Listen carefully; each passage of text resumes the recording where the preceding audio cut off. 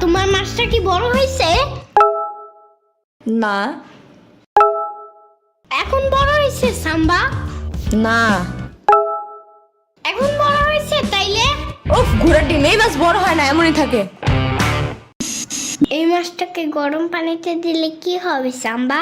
মা, তাহলে তো এগুলো সেদ্ধ হয়ে যাবে। বাহ, তাইলে তো ভালোই। না, ওদের অনেকদিন ধরে পালছি না, পরে মারা গেলে কষ্ট লাগবে না বলো?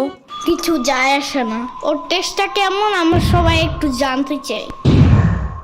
আইসে বলো দেখতে গা।